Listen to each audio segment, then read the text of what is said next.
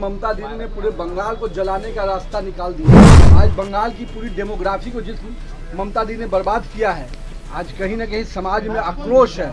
अब वो इस आक्रोश से भयभीत होकर पूरे देश में आग लगाने की बात कर रही हैं। हमारे भाजपा के कार्यकर्ता लगातार जब संघर्ष कर रहे हैं, महिलाओं का जो उत्पीड़न हुआ उसके खिलाफ जो आवाज बुलंद की है, उससे ममता बेचैनी में है। राजद पहले इसका जवाब दे कि श्याम रजक के साथ फिर क्यों अपमान किया गया।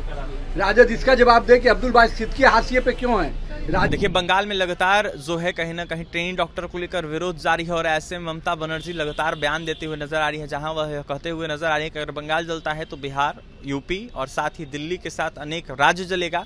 इसको लेकर बिहार सरकार के मंत्री हैं नीति नवीन, उन्होंने बड़ा बयान दिया है, जहां पर उन्होंने साफ कहा है कि अगर बंगाल जल रहा है तो उसका एक मुख्य कारण है, वो है ममता बनर्जी। ऐसे में बंगाल जलने का रास्ता जो है ममता बनर्जी ने निकाल दिया। इसके साथ ही नीति नवीन ने साफ कहा है कि अगर बंगाल की बात की जाए, उसकी बायोग्राफी अगर बदली है, कहीं ना कहीं बायोग्राफी बदनाम करने की बात, उसको देखते हुए उसका मुख्य कारण अगर कोई है तो वो है ममता बनर्जी। इसके साथ ही नीति नवीन ने सवाल उठाया है और उन्होंने यह साफ कहा है कि जिस तरीके से जलाने और जलने की बात कर रही है ममता बनर्जी, जिसको देखते हुए देश के एकाएक जनता के साथ नरेंद्र मोदी हैं और इन तमाम जनता को देखते हुए वो कुछ नहीं होने देंगे। देखा जाए तो नीति नवीन ने निशाना साधते हुए साफ कहा है कि बंगाल ट्रेनी डॉक्टर रेप कांड को लेकर जिस तरीके से खबरें आ रही, इसको देखते हुए भाजपा नेता कार्यकर्ता लगातार ट्रेनी डॉक्टर का आवाज बुलंद कर रहे हैं, चिकित्सकों का आवाज बुलंद कर रहे हैं और इसको लेकर ममता बनर्जी घबरा गई हैं और इस तरीके का बयान दे रही हैं, जलने जलाने की बातें कर रही हैं। इसके साथ ही जिस तरीके से राजद के लोग आरएस भट्टी को लेकर सवाल उठा रहे हैं, इसको लेकर नीति नवीन ने यह साफ कहा है कि राजद पार्टी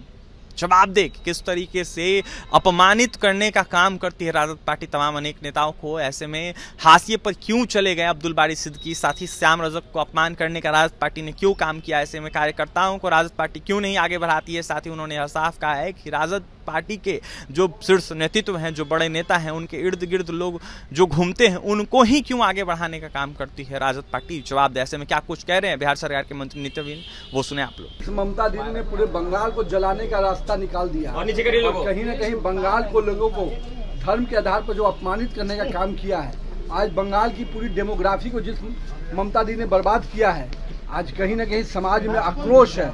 अब वो इस आक्रोश से भयभीत होकर पूरे देश में आग लगाने की बात कर रही हैं। तो देश में नरेंद्र मोदी की सरकार है और नरेंद्र मोदी के रहते देश की एक एक जनता की सुरक्षा की चिंता मोदी सरकार कर रही है।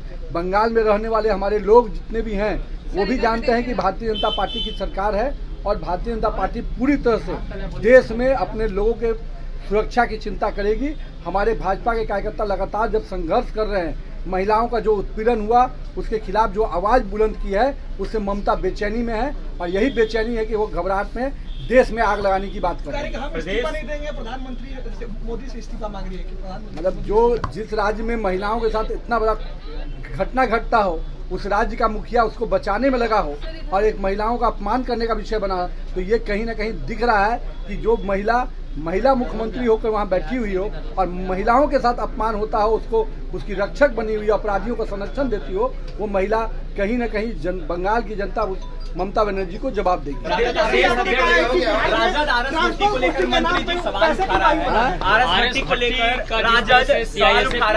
राजद पहले इसका जवाब दे कि श्याम रजक के साथ फिर क्यों अपमान किया गया।